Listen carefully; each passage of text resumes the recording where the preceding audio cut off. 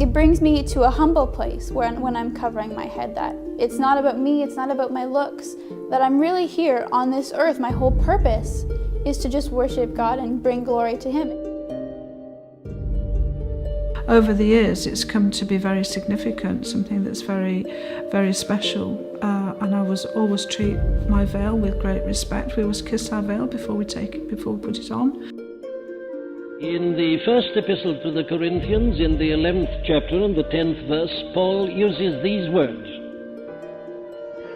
"For this cause ought the woman to have power on her head because of the angels." Apparently, some of the women in the church at Corinth were taking part in prayer with their heads uncovered, and the apostle tells them that that's quite wrong. It's something that just helps me in my prayer life and my relationship to God and my relationship to other people as well. To see 1 Corinthians 11 in the middle of a book that we read from all the time, but we're just ignoring this one part. We take it all so literally, especially 1 Corinthians 13, which is called the chapter of love. It's often read at weddings. It's often like love is patient, love is kind. And it's literally just a few chapters away, this head coverings verse. So how can we ignore it? Covering is mostly a requirement for married women in Judaism. The source is from a biblical text. It's a reminder of God's presence with me at all times. It's kind of a big old wedding ring. While veiling is often seen as a visual manifestation of the Islamic faith, it is a tradition far from confined to this religion. In the last few decades, the head covering has been greatly disassociated from Western religion and culture. It is perceived by the media as a tool of female oppression and symptomatic of a patriarchal society. But Islam is not the first Abrahamic faith that strongly emphasized the notion of decency and modesty through a specific dress code for both females and males. What evidence exists for the female head covering within Christian and Jewish scriptures? Why is the head covering no longer a practice prevalent in modern Western societies? Through biblical scripture, literature, and art, this documentary investigates the origins of the veiling tradition within two major world religions. We speak to a number of academics, as well as women from various Jewish and Christian communities who have chosen to cover their hair as a means of modesty, obedience, and gaining closeness to God.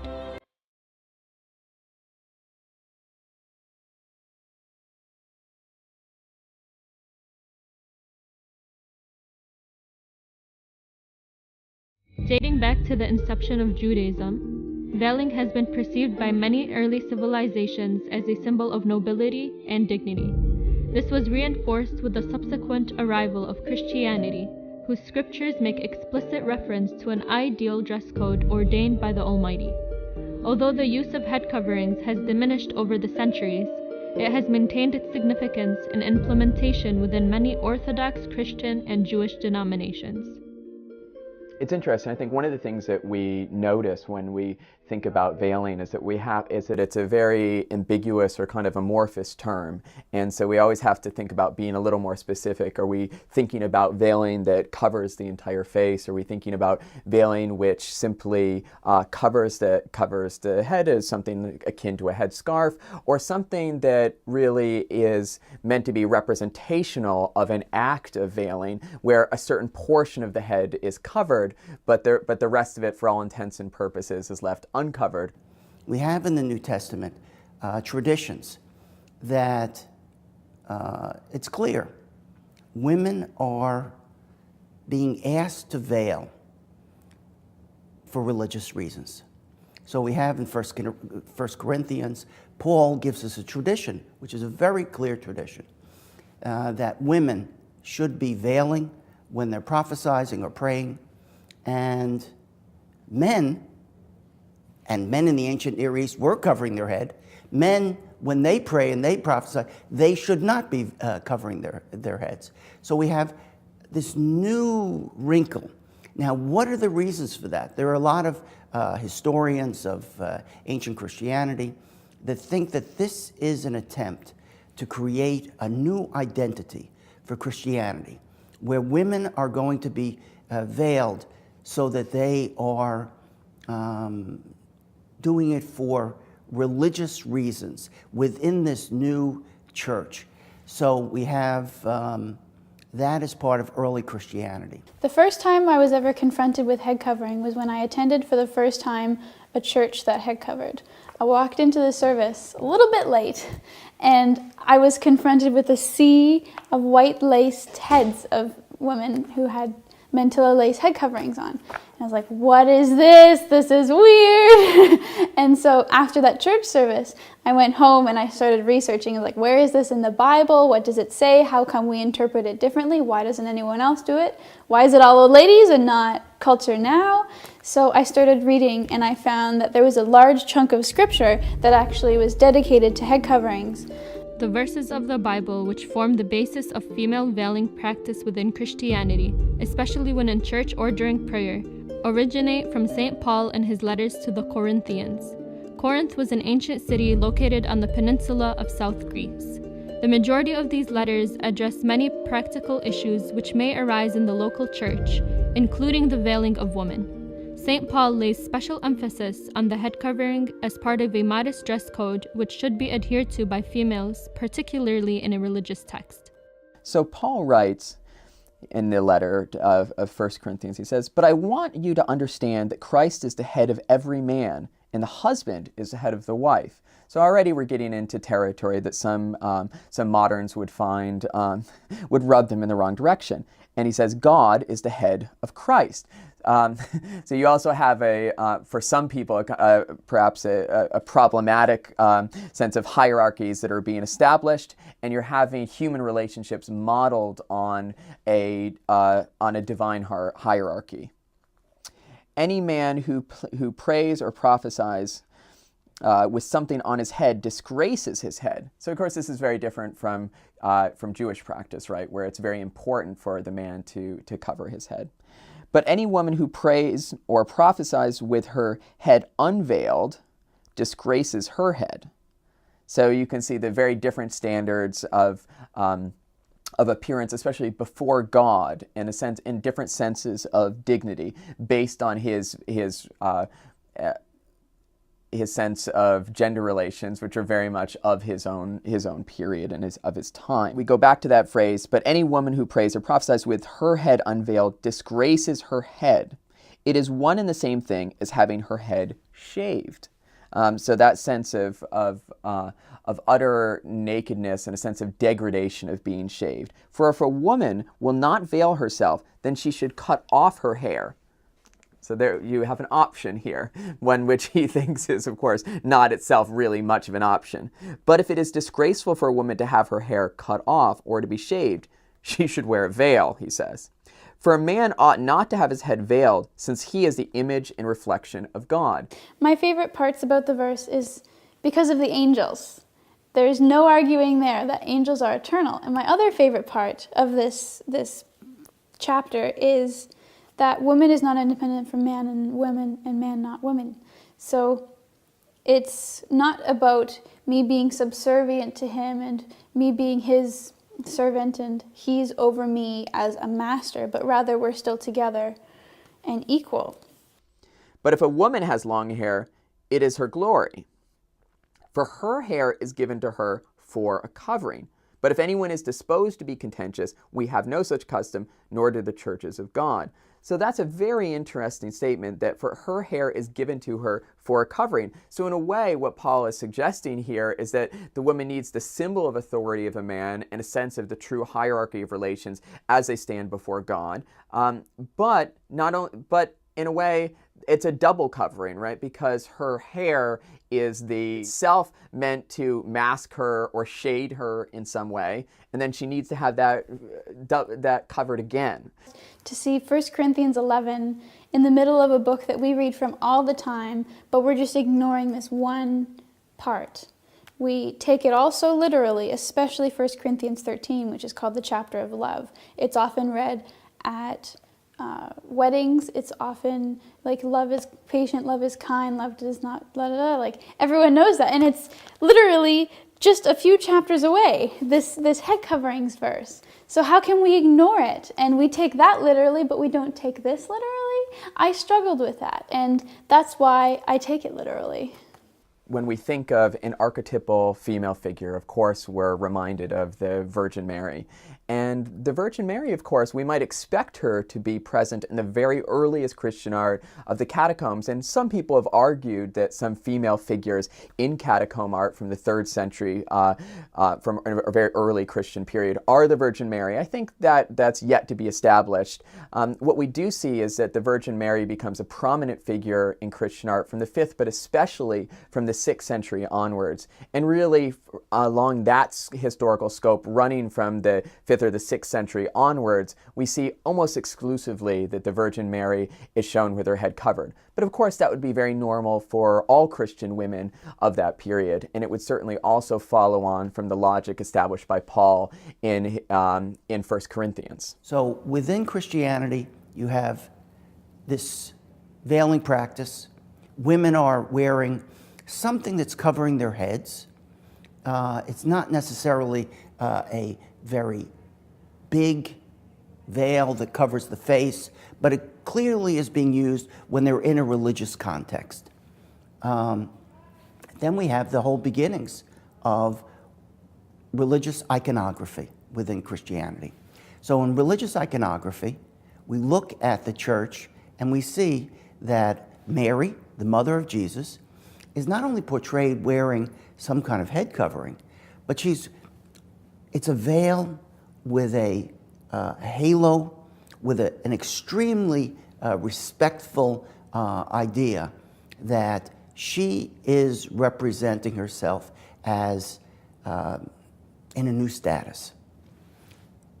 But this is not what becomes the next stage, which is when we have the beginnings of nuns within Christianity. They're wearing a very specific type of veil. Some of it looks like the kind of veils that we saw in the Greco-Roman period. But now, this habit, or this extreme, very stabilized type of veil, is a veil that signals that their new status with a relationship to Jesus. Now, Jesus is now almost like their husbands.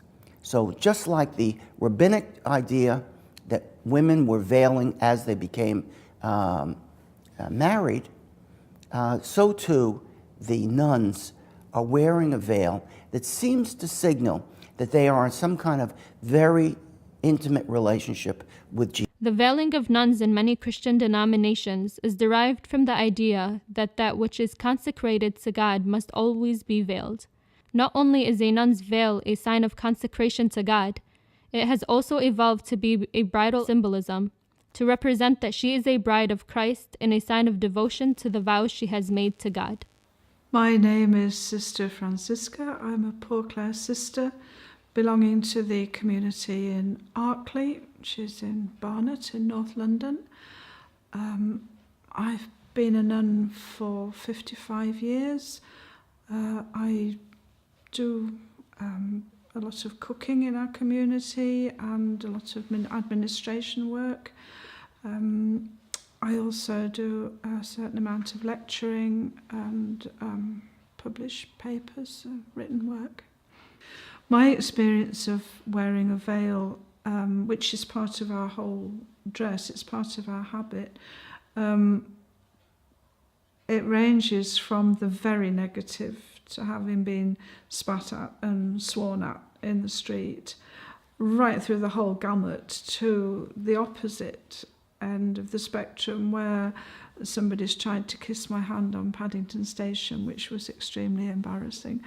But it's usually somewhere in the middle. People acknowledge that you dress like this because of your dedication, because of the way you live, in the same way that a nurse's uniform or a soldier or a policeman, that's telling people what their function in life is. The nun's habit is similar. And people, even sometimes people with no faith at all, they might not agree with the dedication that's behind it, but they do respect, well, here is somebody who has given their life for a particular cause, particular reason, and that is why they dress the way they do. Certainly when we're out, I mean, in Tesco's or doing the shopping, people would come up and say, "Oh, sister, I have such a big problem. My child is ill, or my mother's dying, or my husband's gone off with another woman, or there's this situation in my life. Please, will you pray for me?" And they find it a great help to be able to talk to us about their difficulties. From antiquity to the present in Western culture, and especially if we look to the history of European art, it's very irregular to see a woman who's not in some way having at least some portion of her head covered. So that is the general blanket expectation we might have when looking to images of women. When we have depictions of the Virgin Mary, we expect her to be veiled to some degree. And then it becomes something where she is meant to be an exemplar to all other women, and sort of both in many ways raised up, but raised up because of her modesty, and in some ways some could argue of her subservience and humility in that way as well. So it's so if anyone is going to be veiled, all the more so the Virgin Mary. The University of Hartford has this small museum where we feature student exhibits. This exhibit was called Veiled Women. And 4 years ago when we did this exhibit, we had thousands of people come in, and they all wanted to know something that they didn't realize, that women in Judaism, Christianity, and Islam, all in antiquity, and right up until the modern period, were veiling for a variety of different reasons. In the exhibit, when we tried to look for examples of this, we chose 24 photographs. Many of these photographs were put up on the wall, and students would come in, and what was very interesting was all the docents who took the students around asked the same question: is this woman Jewish, Christian, or Muslim? And what was very interesting was that in some cases they couldn't identify whether the woman wearing the scarf was Jewish, Christian, or Muslim. That was a very important educational moment, because what it did was it taught students, community people who came in, is that this is a practice that could be done in any one of those religions. Hello, I'm Elizabeth Dalston. I'm a stay-at-home wife and mother, and I run a small business from home, making, well, generally children's clothes, but I also make mantillas and chapel veils. I'm a Roman Catholic. I attend a more traditional form of the Mass, where it's said in Latin. Well, I started my business really because I home educated my son, and I know a lot of home educating mothers, and they were saying to me they can't find decent, modest dresses for their children, their little girls usually. That's what they were looking for. So I said, well, I can sew. If anybody wants me to make clothes, I'll make them. So it just really started from there. I currently attend a non-denominational church, though when I first started head covering, I did attend a church where every woman head covered. I felt very confident in a church where there was head covering because it didn't feel abnormal, it felt accepted, and it felt like we were truly following what Scripture said. Though the church I currently go to, since I've moved, does not head cover, but they accept the fact that I head cover. I've talked to the pastor about it. They encourage me to continue doing so. And so I'm confident and comfortable in head covering in my church now. There are different denominations of Christianity, of course, that we can talk about. We have modern denominations in America that are different than their European counterparts. But Roman Catholicism, which historically had this very clear practice of women veiling for religious moments, in the church has now passed into some type of non-mandatory status. We find in the Greek Orthodox, in the Orthodox world of Christianity, that there still is this, this idea that women should veil when they come into the church, especially when they're coming in to pray. And within certain denominations of Protestantism, we still see that, that it's still prevalent. But things have changed. Since the Vatican II, Roman Catholicism has not made it as mandated as it was in the pre-Vatican II in the 1962 era up until the present time. But within the Orthodox Church especially, we do find that there is still the practice of veiling. Brethren churches and Mennonite will often cover their heads. The style of worship that follows those is typically piano and voices, just very raw, so to speak, whereas a lot of modern churches are trying to accommodate to the secular person, someone who likes the secular music, likes culture. They're very much a part of culture, and head covering is not a part of Western culture. So a lot of people will struggle with that. They will think it's oppressive to women, but I think it's liberating, but it doesn't go so well with those churches, although they will say, yes, you can head cover, I don't have a problem with that, but they often won't encourage it or talk about it because it makes a lot of people uncomfortable. I started, well, when I was very young, I would have worn a veil or mantilla or some head covering to Mass because it was before the changes that happened in the 1960s. But gradually women stopped wearing head coverings. But in the last 10 years or so, I started going to the older form of Mass again, and I found it was quite natural to just wear the veil at Mass. But I was still carrying on going to the new church Mass, so that was a bit difficult because I still felt called to veil there, and very few women veil there. So it was interesting to see people's reactions to me once I started wearing one, because they thought that I thought I was different or holier than them or something like that, but that wasn't the case. Believers often don't want to cover their head because with it often comes tough questions of Scripture. When someone says, oh, your head covering, often what comes next is, so you're a servant of man, you don't believe that women should speak in church, and with it comes so many tough questions that we don't want to talk about. We don't want to even know how to interpret it. We just want to ignore it. And so by covering your head, you're saying, I am dedicated to God and to understanding Scripture, and it's tough. People will come up to you with tough questions. People have come up to me with questions like, so since you head cover, you must then think this and this and this and this. And with it comes a lot of negative cultural annotations and a lot of negative, oh, you can't be a feminist, you can't be a this, you can't be a that. And it's negative in culture.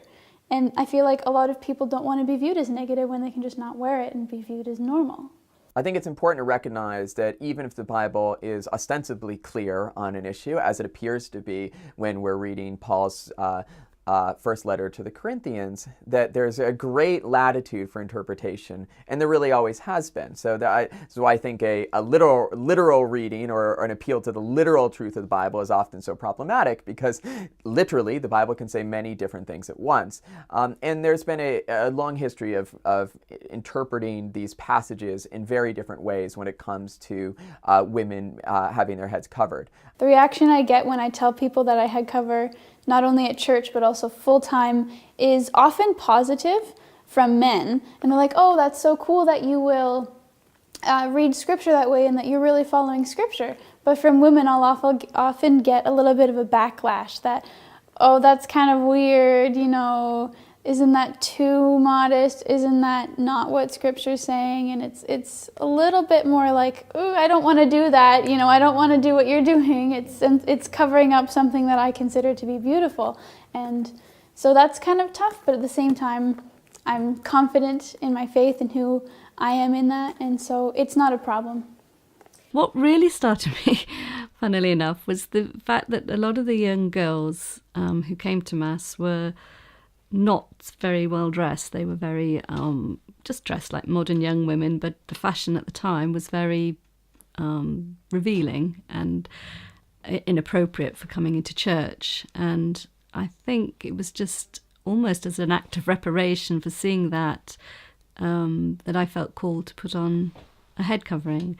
So it was more of like a call to wear it rather than sort of thinking about why one used to wear veils, but obviously once I started wearing it, I looked into it more and realised why there was 2,000 years of Christian tradition of for women to wear the veil. It just made sense. It all seemed to make sense. And then I did start going to the older Mass as well, and that it was just appropriate to cover your head in front of the Blessed Sacrament because it's the real presence for us. We believe Jesus is really present in the church, and the understanding of why you veil then becomes greater.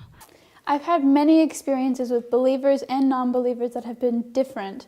With believers, with regards to men, they're often very supportive of head covering, and they think it's cool that I'm following what Scripture says. Because often within our Christian culture, men will remove their hats when they pray. It's very standard, but women are not expected to cover.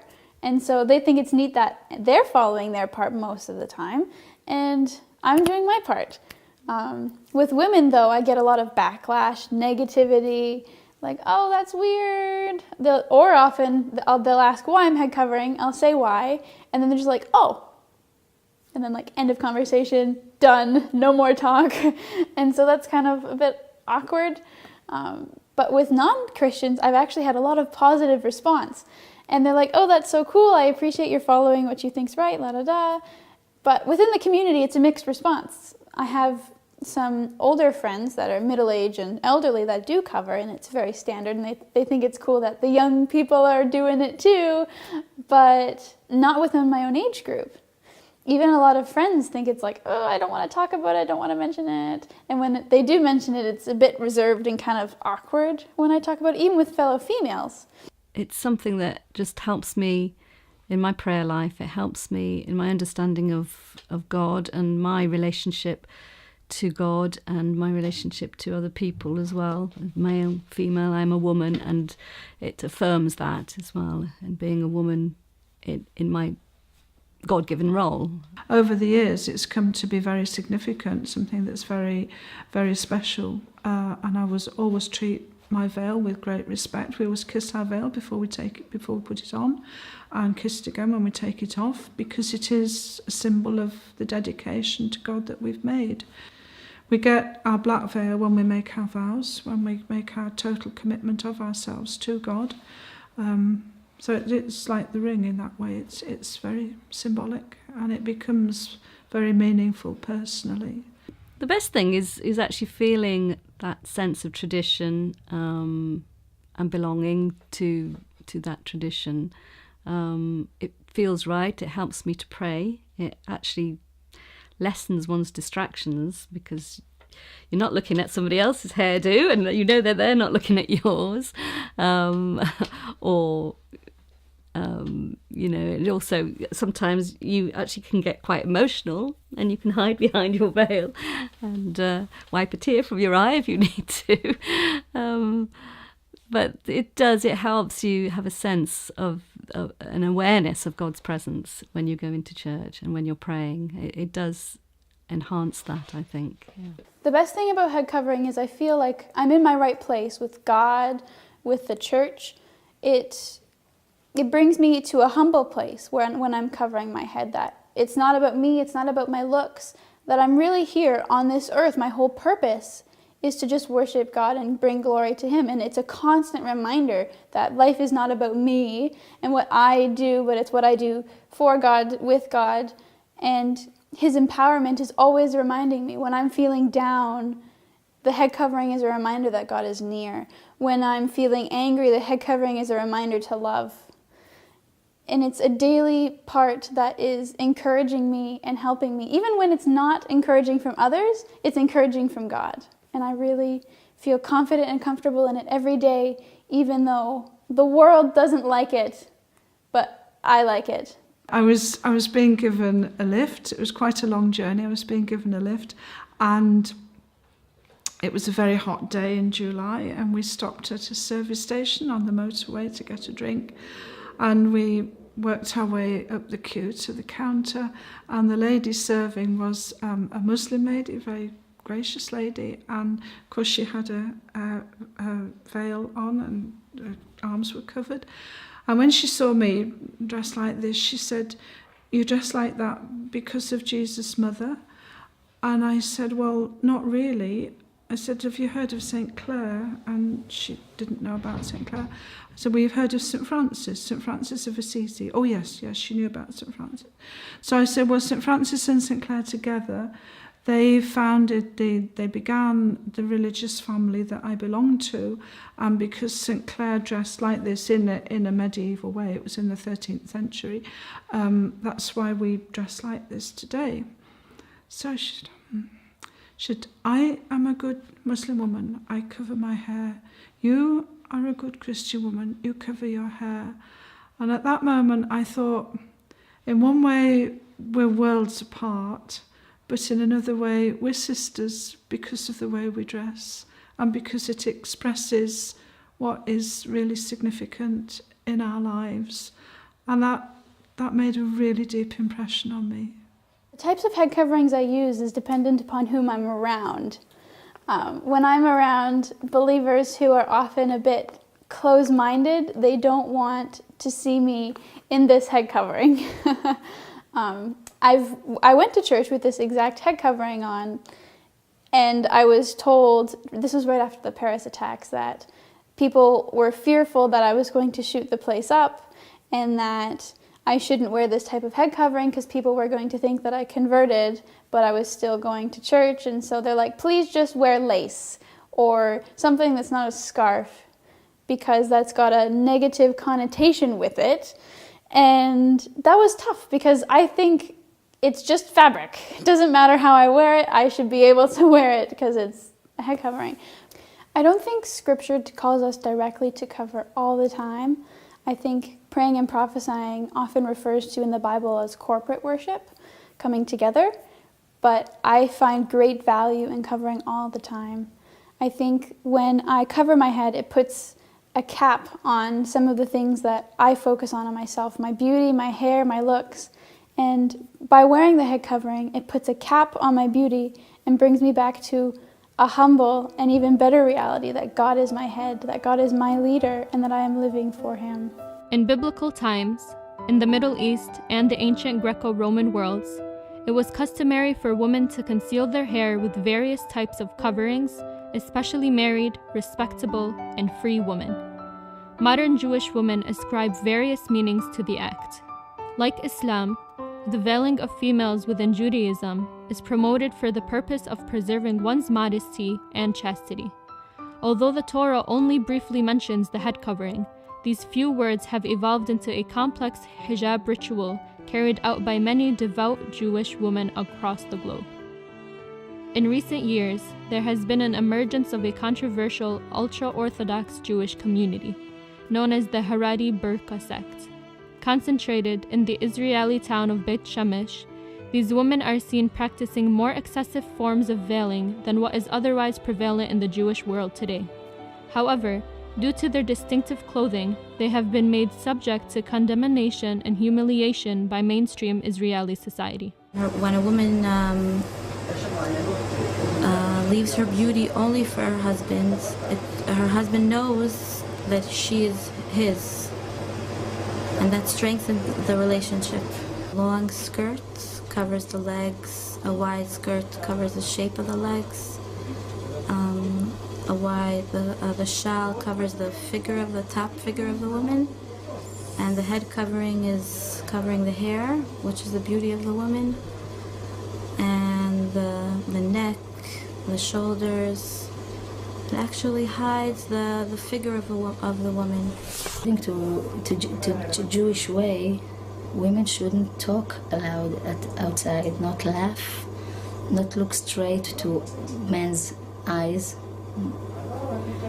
outside, a woman should vanish, and all her power is inside the house. That's what she should do. There is a very, very unusual case that has come up in the past decade of ultra Orthodox women in Israel, in a specific location, where they're in a very ultra Orthodox area, where they actually adapted burqa practices from the Muslim population in order to fulfill what I would have to phrase a similar symbolic idea.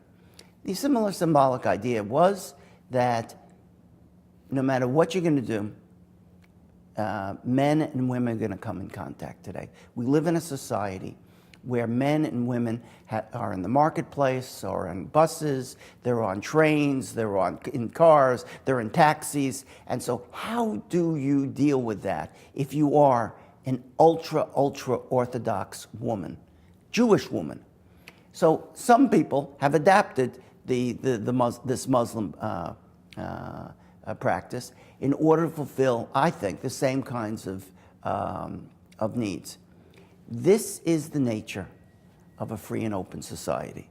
Is when people see what other people are doing and they adapt it to their own circumstances. So this case is, although it's unusual, it actually makes sense in the long stretch of philosophical ideas. Veiling is something which you don't have a lot in the scriptures, in the Bible. There isn't much talk about veiling. Occasionally you have references, but it's not brought down like one of the laws. Like in the laws of Moses, you don't have a commandment to veil, for example. You don't have that.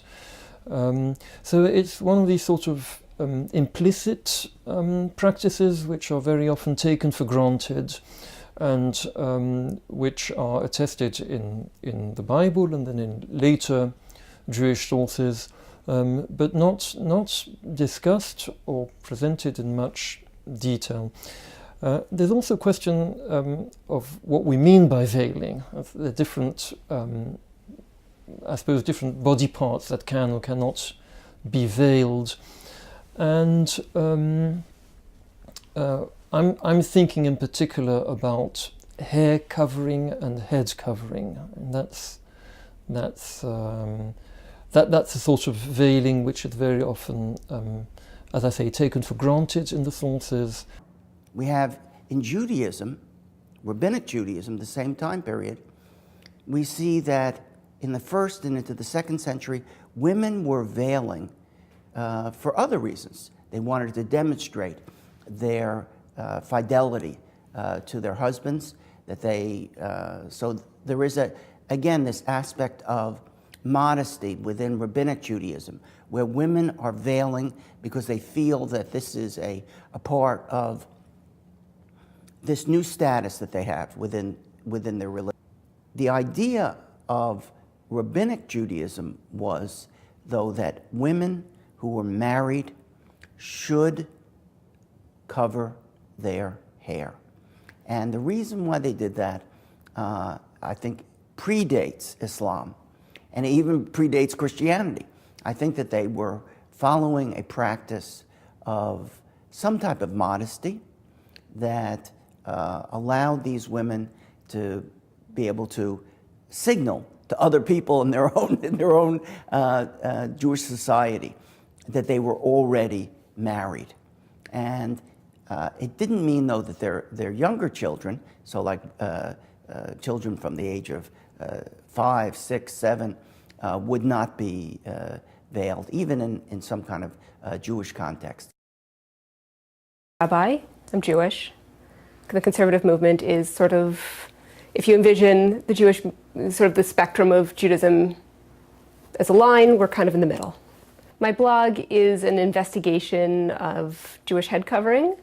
I spend a lot of time talking about the history of Jewish covering in different cultures and the texts that are the origin of the practice, both sort of the original biblical texts and the legal history and sort of stories the head covering. And then because it's fun, I also have pictures, what I've put up on my, what I've got on my head today, and try and create some community and support.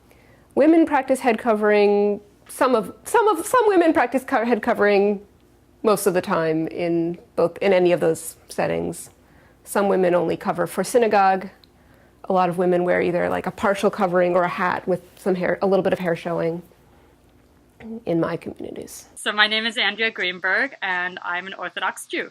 When my husband and I moved from Israel to Chicago, we attended various synagogues there, and no one covered their hair like I did. I was really the only one. We either went to synagogues where women didn't cover, or where women wore wigs or these black hat things. No one really did what I did. So it was very motivating for me because I got asked constantly how I did these wraps. So that was a huge part of why I started my blog and online presence. Now that we've moved to Baltimore and I've had an online presence, I think it's been for about 4 years now, many more women are covering in this way. And especially in Baltimore, there's a lot more openness to trying different things. So at my synagogue right now, I'd say probably about a quarter of the women cover in a similar way to me, which is a lot compared to being the only person. So I started my blog and YouTube channel when I got married and started covering my hair.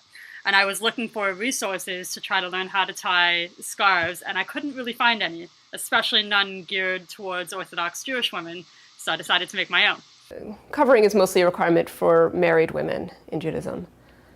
The source is from a biblical text, actually talking about a ritual in the temple that would have examined whether or not there had been some sort of transgression in the marriage. But it says there that the priest uncovers the woman's hair. So if the Bible tells us that that part of a ritual is that the priest is uncovering this woman's hair, then clearly it must have been covered, and it must have been covered not just culturally, but by requirement.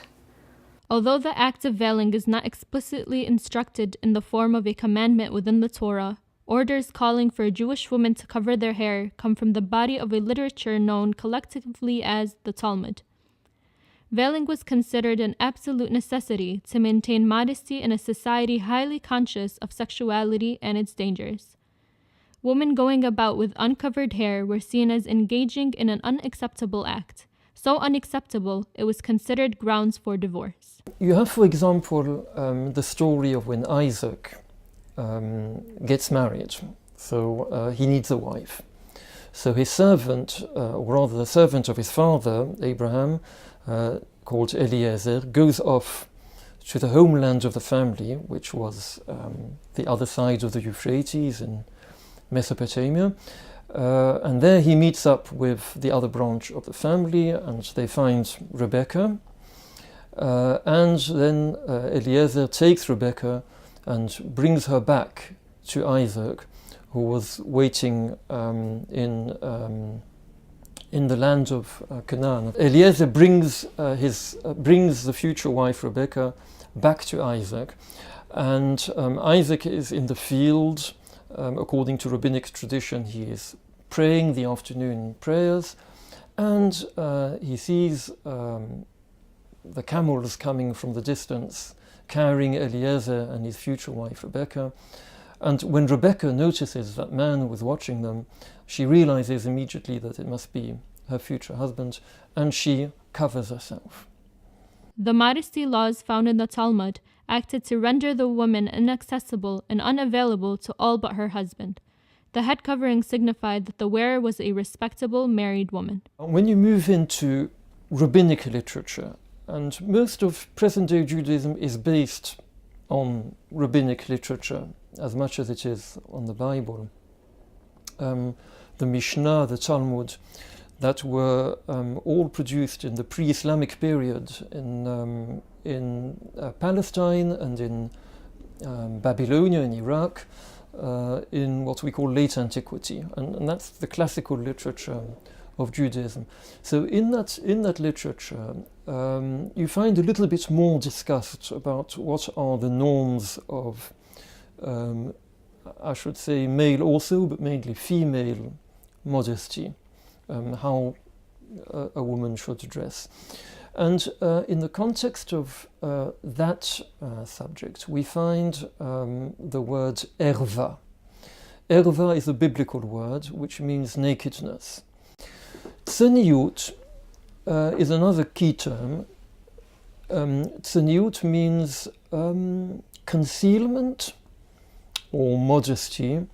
It's a term which has become much more in use in the modern period, in the early modern period, in the modern period, and nowadays it's used as a sort of general term to embrace all aspects of what is considered to be modest behavior. The symbolic reason for why people veiled could have an aesthetic reason. It looked nice. People, for example, would wear a wig, in my opinion, sometimes because their own hair did not look as good, and it was an easy way for people to function in society. The other part of the aesthetic is that people veiled symbolically because they didn't want their hair and their eyes and their beauty to be the only thing that they were going to be judged by. So it does have some kind of other symbolic meaning. So when students ask in a classroom, what's the reason why people in antiquity veiled, I always tell them function, aesthetic, and it may have something to do with some type of ethical understanding of not making the beauty the end all for society. And that, by the way, still resonates today in the modern period. My story is perhaps a little bit unusual. I started with a sort of a small covering called a kippah, which is worn by men and some women. And I wore that as a sign of reverence for God and of a reminder of God's presence watching me at all times. And then when I got married, I changed to a full covering, which is often when Jewish women in my community start covering. I mostly wear scarves. In sort of Jewish jargon, you'd hear them called a tichel, which is a Yiddish word for scarf, or a mitpachat, which is a Hebrew word for scarf. And you can get, anywhere you buy a scarf. They're pretty standard. Other women wear hats, which again, you can get wherever you get a hat, or a wig, which you can get at a place called a person called a scheitelmacher, which literally means a wig maker. And that's about all I know about that because my personal practice and my family's practice doesn't involve wigs. The first serious challenge to traditional Jewish hair covering came from the emergence of wigs in the 16th century. The practice of wearing wigs became an alternative to veiling, which sparked great controversy within Jewish communities and rabbinic authorities. Many rabbis maintained that the traditional prohibition against women displaying their hair was to prevent the feminine attraction from bringing men to unholy thoughts. The wig was seen as self-defeating, as it would invoke the same lustful feelings as the woman's natural hair. However, as Jewish women find themselves increasingly confronted by the challenges of living in a Western society, wearing a wig has gradually become a widespread practice instead of the traditional head covering. I was really nervous about what people would think when I started covering. I kind of edged into it sideways. I wasn't really sure what I was doing. I started off just, keeping something in my pocket and putting it on my head when I made blessings. But I'm really forgetful, so I just ended up leaving it on all day. And that made it a little easier. And again, when I got married and I changed what style of covering I was wearing, I was nervous what people would think, but it was really pretty easy. It felt very natural, very comfortable. I'm very lucky to say that I think I've got, I would say 99.9% positive reactions. For me personally, I think it's because I love covering my hair that I got so many positive reactions. If I did not feel confident or I was not firm in my beliefs, if I didn't feel like I was doing the right thing or I felt insecure, then I'm sure I would have gotten much more raised eyebrows or negative comments. But since I always have a smile on my face, I got a lot of inquiring questions and a lot of compliments from people, both Jewish and non-religious, and from all aspects, especially when I lived in Chicago and I was really the only person there doing it. A lot of people question, because I'm a very introverted person. I know a lot of people that would watch my online videos would not assume that, but I did have some friends and family raise their eyebrows like, are you sure you want to stick out so much? And personally, for me, I actually have no problem sticking out as long as it's something that I believe in strongly. So I would say some of the best reactions have been when I've been teaching.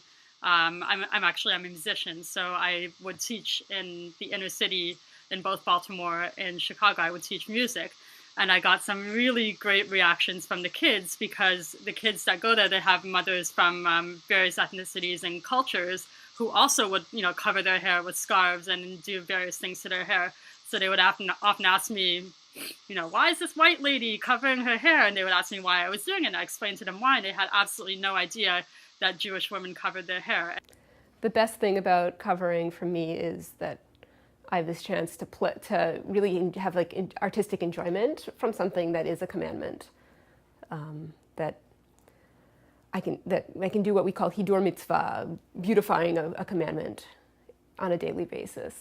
It's, sometimes you get funny looks, or it gets to be a distraction. Right now I'm staying home with my daughter, but when I was working, I was a hospital chaplain, and I would occasionally get these questions from patients. Like, I'm trying to talk to them about their illness, what's bringing them to the hospital, how they're feeling, their own spiritual needs. And instead I'm getting, so where are you from? No, where are you really from? The absolute best thing about covering my hair is that it connects me to my husband and my marriage at all times and all places. And beyond that, it also connects me to my creator. I really, really feel like when I wrap my head, I do something that's called I wrap with kavanah, which means that I wrap with intention. When I wrap my hair, I usually try to think of someone that is going through illness or hardship or something that's going on in the world that needs fixing. And I wrap with that intention that my wrapping will, put some good energy into the world and help resolve some of those conflicts. So when I wrap my head, I really feel like I'm representing my faith, and I'm representing myself, and I'm being very, very authentic to myself, plus honoring my marriage and being connected to my husband, even if he's out of town, and also honoring my creator, because I really feel like God is hugging my head, and that I can really shine through my face who I am when my hair is covered. My covering has sort of a layer of meanings. It's a reminder of God's presence with me at all times. It's kind of a big old wedding ring.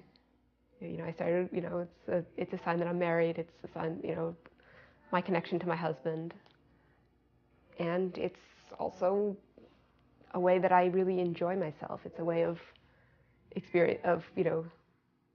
having a connection to beauty and fashion that has nothing to do with the shape of my body or any of that, just me having fun and really doing something beautiful. For some, the veil is a sign of marriage. For others, it is a symbol of piety, modesty, and an act of deference to the will of God. Through it, religion seeks to redirect the focus of both men and women from the materialistic world to the spiritual world, closer in proximity to God. Although in recent years, the head covering has been subject to great criticism by Western culture and used as a basis to denounce the Islamic faith as patriarchal and repressive to the female gender, it proves to be an act of empowerment and liberation for women from all religions, societies, and cultures.